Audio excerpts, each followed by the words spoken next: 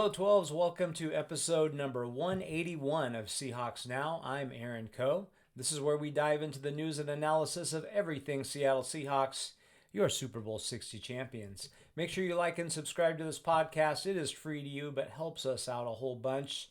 And follow me on X at Coe_Aaron. That's COE_AARON. Okay, hey, the Seahawks are keeping a running back and a safety. Let's dive into that right now. So the Seahawks are, in fact, bringing back a running back and a safety, but maybe not the ones you were looking for immediately. Good guys to have around, but the Seahawks tendered contracts to George Holani, the running back, as you know, and Ty Okada, the safety. So both did play roles this season. Both were exclusive rights free agents. The only two on the team. So basically, if it's less than a 2-year veteran and they aren't signed to a contract, the team that they were with previously has the right to tender them a contract, and it's exclusive, meaning they're not free to go out and shop with other teams. Obviously, those are two valuable players this season to some degree. And the Seahawks felt like it was worth keeping them around. And I agree. Those were pretty expected moves, not surprising at all that they would do that and not let those guys get out the door. So Okada he played pretty well in 11 starts with Julian Love was out for a while there. Kobe Bryant was out for a couple games also. He had 65 tackles and one really cool interception. Went way up for that one. And he did just a solid job, and he's definitely, I don't know if you want him starting consistently, but he is a very good backup. And if Kobe Bryant does take off, then he could slot in there if they can't find another guy. He does fine in there and would be a good role player at the safety position. So, of course, Julian Love has 2 more years left on his deal. So Bryant, again, is a free agent. I'm sure they're trying to work on getting him back. But Okada is a good person to slot in there if you can't keep Bryant in the fold with a new contract. So, and then Holani, he kind of worked his way into a third string role. Kenny McIntosh, remember him? Went down in the preseason. And then so Holani kind of ended up being in that third string role and ended up being very important, obviously, when Zach Charbonnet got hurt, blew his knee out, and he won't be back until probably early in the season is the best optimistic view on that. I know there was some talk of him being back and maybe even for the opener. That seems really, really pie in the sky to me. I'm thinking it's going to be more like October, or maybe he works in very slowly in late September. But yeah, having Holani, who's in the system, knows what he's doing, and is a key player in terms of pass pro, good one to have back. Just 22 carries for 73 yards in the regular season, 5 carries for 10 in the playoffs. They really didn't seem to want to give him the ball a whole lot in the postseason. It was basically Ken Walker or bust as far as that goes, and certainly was not a bust because Ken Walker was your Super Bowl MVP. And got the lion's share of the carries, and Holani just kind of went in there as an occasional, give him a carry to show that we'll do it, and then in pass pro. Thought it was a little bit too obvious sometimes that they were going to throw a pass when Holani comes trotting in. So if he is going to play a significant role next year, they got to figure out, maybe give him a couple more carries a game so it's not quite so obvious. But he does a nice job in pass pro. It's just a valuable backup, but not an expensive situation to keep him. So not at all surprising that they kept both of those guys in the fold. Both of them may very well be needed in key roles again next year. So what's going on with Ken Walker? I'm starting to get a little bit less optimistic about him getting signed. Now, they do have until 1 p.m. today. That's March 3rd. To tag him. I don't think that's going to happen. I think they would have already done it by now. That would be $14.3 million franchise tag or 11.3 transition. Problem with transition is he could leak out the door if somebody, there's certain situations where he can get out the door with that one. Remember back in the day, Steve Hutchison, right? Getting out the door with that transition tag. You can't quite do it that way, in a dirty way like it was done by the Vikings back then. But yeah, I just don't think they're gonna do that again. Like I've said before, I think they like a little bit of a longer kind of a deal, so you can push some of the salary toward the back and not have it all hit in 1 year. And the franchise tag is getting used less and less. The Seahawks have only done it, I believe it was one time with John Schneider, and that was for kicker Olindo Mare. Um, yeah, if you want to win a trivia question, that's a pretty good one to use on some unsuspecting Seahawks fans who might not even remember who that is. Because if you're 12 since 12, you don't know who that kicker is. So only George Pickens of the Cowboys and Kyle Pitts of the Falcons have been franchised this year. There could be more again. I'm doing this before the deadline, so there could be more coming.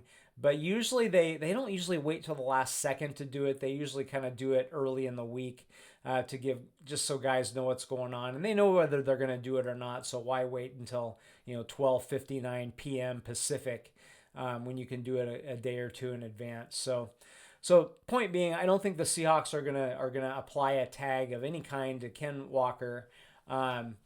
So when asked at the combine about Ken Walker, Schneider obviously said, yeah, we'd love to keep the guy, but he also said it's about our 70 and our collective. And our 70, they see the whole roster, including the practice squad, as being their full roster. They don't see them just as practice squad guys. They see them as guys that can help them.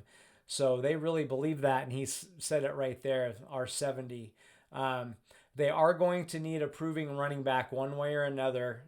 So if they can't get Ken Walker in the fold, they're going to have to trade for a guy or sign a free agent. And there are some options out there. I talked about that in a prior episode of Seahawks Now. I'll go into it again, especially if it looks more like Walker's not going to sign.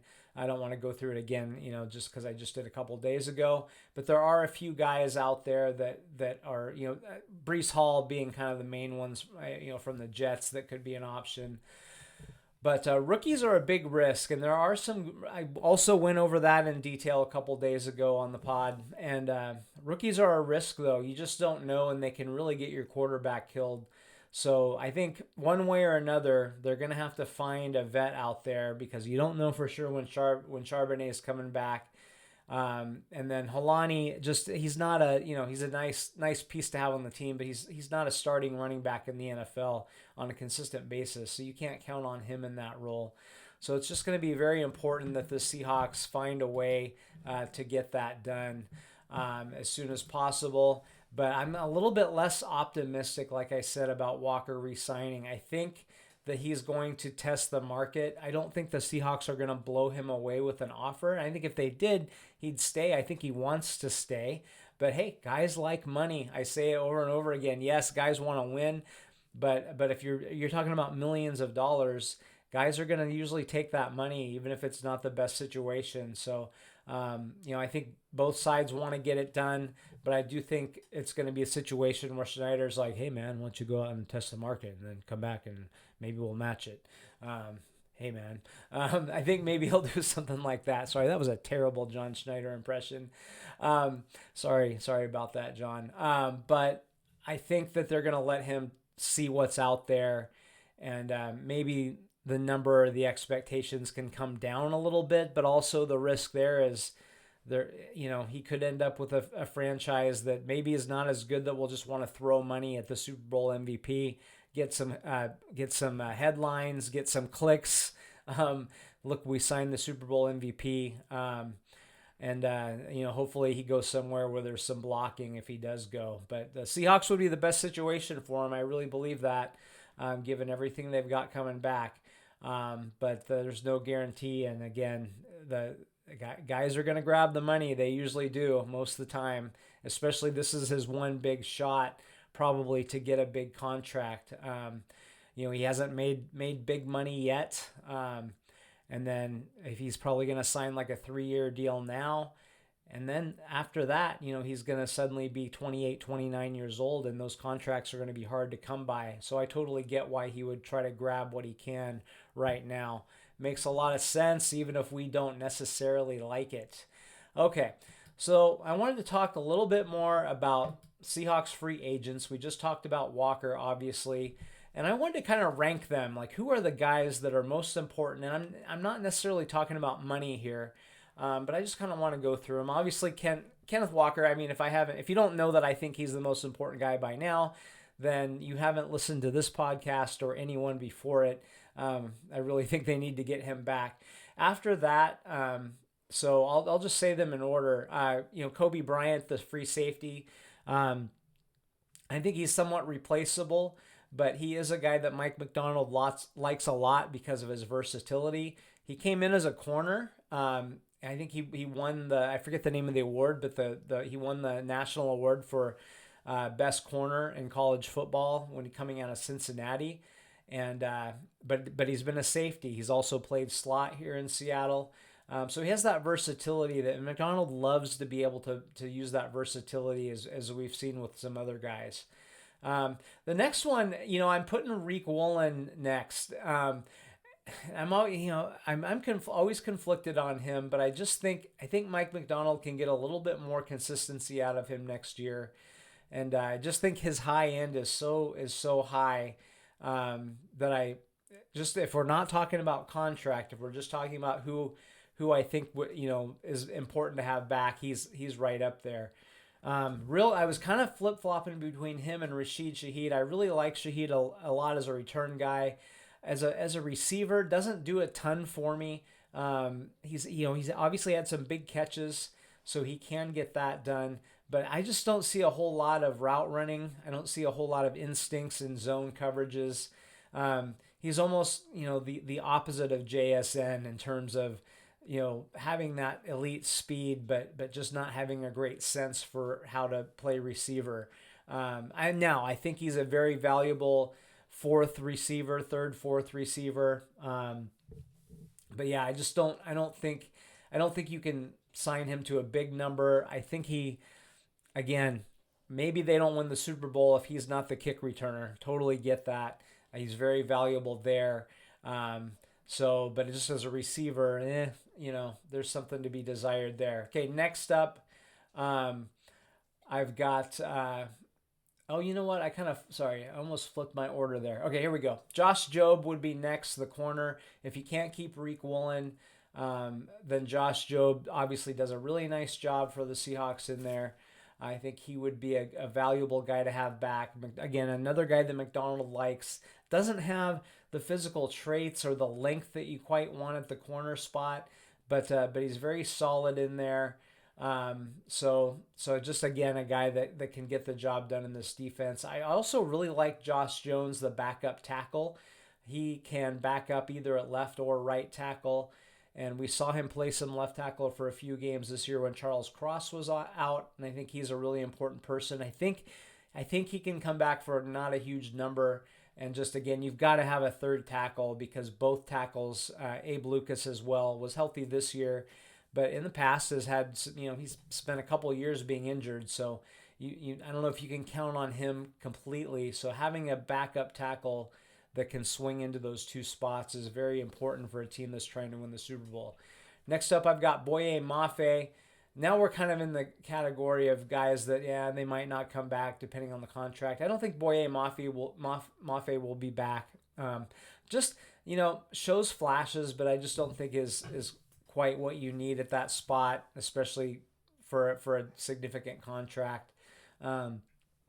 Derek Young, a very valuable special teamer, but probably pretty replaceable. And then Chaz Surratt, the backup offensive lineman. So now let's talk about who they can actually sign, because just because you really like a guy doesn't mean that he's worth the contract that he might get. So ranking the signability, Chaz Surratt, just because it's going to be a low number. Derek Young, low number.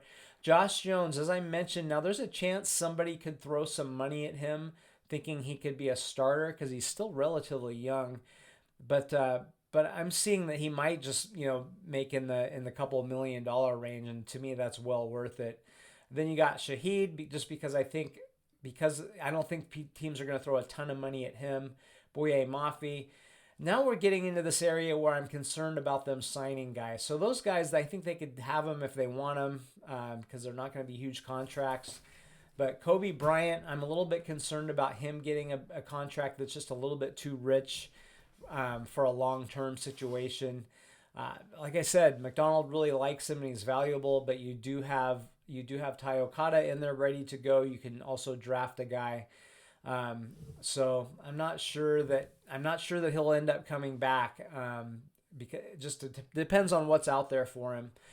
Josh Jobe, kind of the same thing. I mean, if somebody throws 12 million at him a year, do you want to? Does John Schneider want to pay that and be committed to that, or do they try to draft a guy? I don't think they're going to keep both Reek and Josh Jobe. Could be wrong about that, but that I just don't think they're going to spend that much money on the two corners.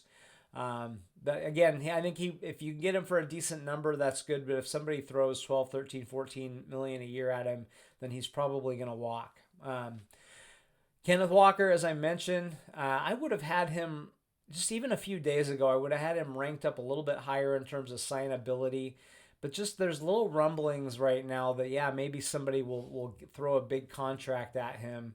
And, they're just not going to spend. I mean, I think if they can get him in the 3 years, maybe under 36, so keep him in that 30 to $34 million range for a 3-year deal. You can kind of get out of it after 2. I think they keep him. But if somebody throws 15 million a year at him, and I'm afraid that might happen, then he's probably going to take off, which would be very much a bummer if that happened. I would really hate to see that. So that would be a bummer. And then Reek Woolen, I really think is going to be the hardest one to re-sign because, again, those physical traits that I talked about, that height, that speed, that length, we see flashes of him being, maybe one of the best corners in the NFL. But then the lapses. And I'm not even talking about the penalty. I think that was more of a one-time situation. But we see him just sort of checking out for a play. And boy, as a corner, you just cannot... You can't check out. You can't take a play off. You can do that at some other positions, not the end of the world. You can't do that as a corner because that's a touchdown if you check out. If you check out and the quarterback sees it at all, then you're cooked. So he got cooked a little bit too much the last couple of years for my liking. And again, I already said I like him and would keep him, and I think they can help him fix some of those lapses, but if someone's going to pay him, $20 million a year, I don't think you can take that sort of risk on that. And there are some corners that they could draft in the first 2-3 rounds that I think could do a decent job. Especially if you keep Jobe, then you probably don't keep Woolen at a big number. So yeah, that's how I see them ranked in terms of signability. Okay, and now just a little, we don't have ads on here, but I'm gonna almost not run an ad of my own. But just wanted to say, hey, if you hate cancer, and I don't know if you like cancer, then don't watch this anymore. If you hate cancer, then Google Big Climb Seattle, make a donation through to support Blood Cancer United. You can search for an individual who's raising money through that event, or you can just donate to the event in general. Again, the Blood Cancer United is a nonprofit to support cancer research and fight blood cancers. And the event's really cool. People climb 69 flights of stairs, and that's 1,311 stairs. And then there's also a firefighter climb, which, by the way, I look kind of silly in a mustache, but I'm growing this mustache because I'm doing the firefighter climb as a journalist with the Everett Fire Department. They invited me out there. So I'm going to do that in full gear with them. And if I live, then I will do the other climb, the one that non-firefighters do on March 22nd. But it's a really cool event. It raises a lot of money to support families, support research for blood cancer. So again, Google Google Big Climb Seattle, and you can find that event. And again, you can search for a climb participant if you want to donate to a specific fundraising page for a climber, or you can just donate to the event. It's really an awesome thing. If nothing else, check it out. It's worth seeing because it's just such a unique way to raise funds. So thank you for listening to my little discombobulated blurb there. I really appreciate it. And thanks for checking out Seahawks Now. Remember to like and subscribe, and we'll talk to you next time. Go Hawks.